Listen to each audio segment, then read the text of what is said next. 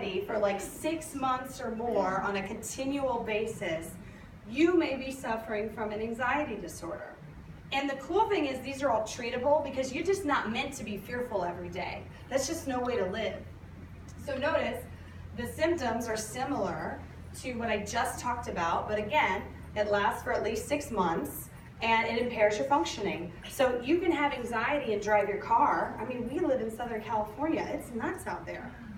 You can have anxiety and go grocery shopping, but an anxiety disorder might be, I'm not going to drive on the freeway anymore. Or I can't even get out of my house. Like, I'm not even going to go shopping at the store anymore. When it starts impairing your functioning, specifically because it's due to anxiety, that's when you might want to be thinking about getting some help for that. Okay, so let's talk about the causes of clinical depression and anxiety. This is not just natural anxiety and sadness. This is depression and anxiety. It's a combination of nature and nurture, right? They used to have this debate long ago. Well, guess what? It's both. Biology.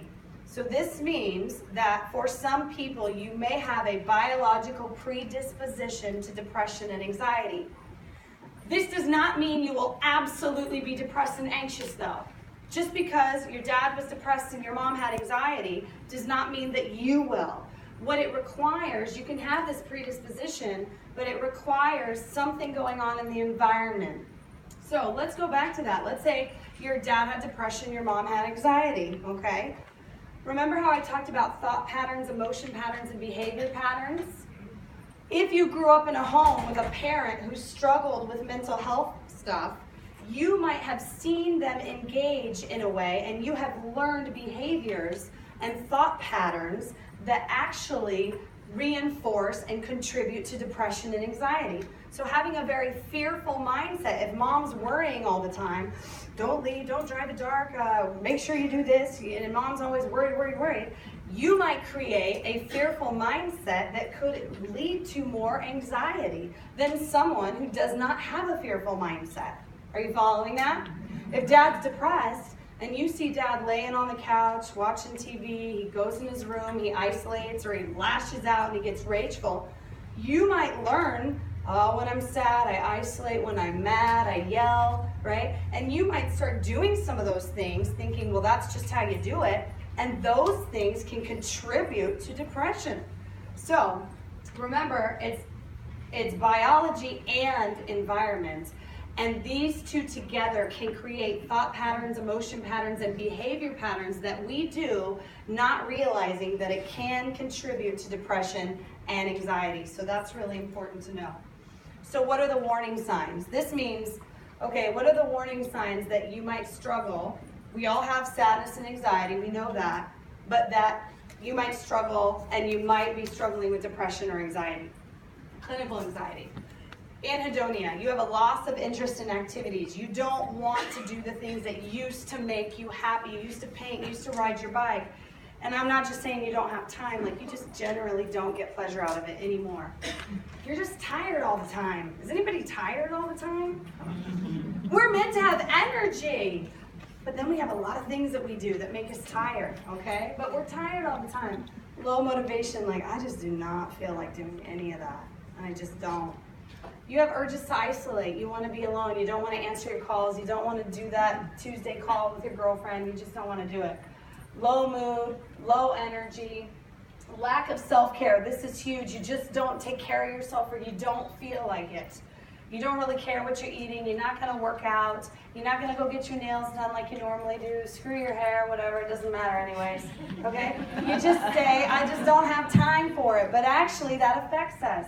You have excessive time worrying, spending a lot of time just worrying about stuff. Muscle tightness, irritability, just on edge a lot more than you care to be, and canceling plans with others. These are just merely warning signs that say, hey, guess what? We want to pay attention that you're kind of on this slippery slope, and we might want to beef up on some self-care right now.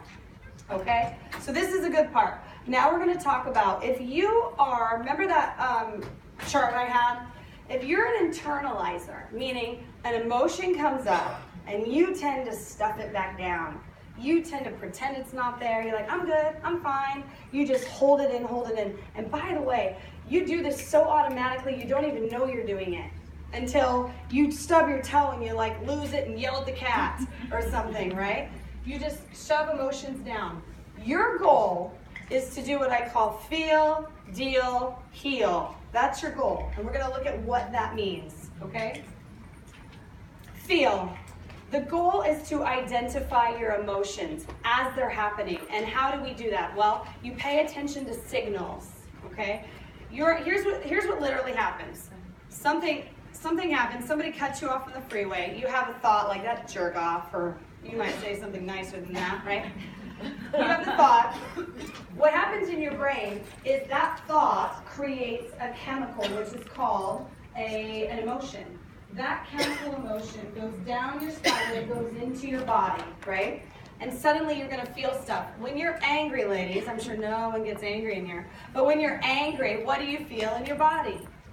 You feel your heart racing, you start to clench your jaw, you get muscle tightness. I know when I'm mad, I get this like tight feeling in my shoulders and neck, like it's burning.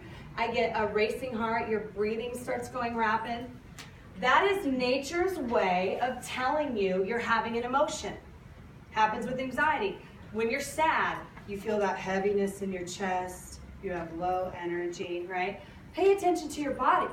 Your body's going to tell you what's going on, which is awesome because this is the first step in regulating your emotions. So we say, okay, I notice my heart's pounding. I notice my shortness of breath. Now the next step is just feel it for a minute. Don't reach for the Oreos, right? Don't reach for the like, I gotta clean, I'm just gonna pretend I gotta clean. Don't just walk away, feel it. Because one thing you're gonna learn is emotions will not kill you. They don't feel good, but they will not kill you. Because all that energy that's in your body, remember, we don't wanna hold on to it. We wanna let go of it. That's the key. So the next step, the deal, is to express and release feelings. And you're like, sounds great. How do we do that? One way for my internalizers, my people who stuff feelings, journaling is a beautiful way. Why? You got a lot going on up here and in here.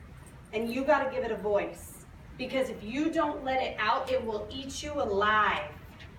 It will. Trust, okay? If you have chronic pain, physical issues, you already know. Okay, so the goal is get it from here and here onto paper, okay? Start writing. I don't care what you say. Dear Aunt June, I don't care. Just start going. Just start writing. You can write anger letters. You can write grief letters. You can write goodbye letters. You can write FU letters. You can say, I'm just sad about this. I've done it all, okay? You just journal and you don't have to send them. Please don't send them. Don't send them. No, don't send them. I've had patients who are like, oh, and I sent it. And I'm like, oh my God, no, okay? But write, give yourself a voice. You deserve to have a voice. Okay, that's one. Talk it out. Okay, remember, we're trying to release. We want to release. We don't want to hold in. We want to release internalizers. So, talk it out with your support system. Call that girlfriend. Oh my God, I'm going to kill him. I'm going to kill him, right? Or I'm just feeling so low. I don't know what's going on. It's like I'm tired all the time. It doesn't feel like things are going okay. Call a friend. Call your therapist, make a friend, right? We gotta have an outlet. Tell your partner if they're a good listener, right? But be careful about who you choose to tell, because you will find that some people are your support system and some people are not. And that's okay. That's how you live and you learn, okay? Address the issue assertiveness. Now this is a skill, it's called assertiveness. That doesn't mean for my internalizers, what internalizers do is they just don't say anything. Or they come home and they're like, I'm fine, and then they slam the door, right? Or they like start clanking the dishes, right? You make noise, you show them that you're mad. The goal is to say it, put words on. So once you've figured out what you want to say, because maybe you've journaled it, maybe you've written it out, then go to the person and say, can I talk to you for a minute? Have you ever had a conflict with someone and you didn't deal with it, so either you stewed about it for a long time or you just lost the relationship completely? Because you just didn't want to be around them, because you didn't deal with the issue. So the key is figure out what you're feeling, put it on paper, rehearse it, and then go to them. Because if you ever resolved a conflict with somebody that you cared about, isn't it a beautiful thing? It really is. You feel closer to someone when you resolve conflicts. So give yourself a chance to have a voice, because what you have to say may be the thing they need to hear. And it's fearful to say it, but they might need to hear it so they can grow. When we don't tell people things, we're robbing them of the opportunity to grow as human beings, just like when they're doing the same for us.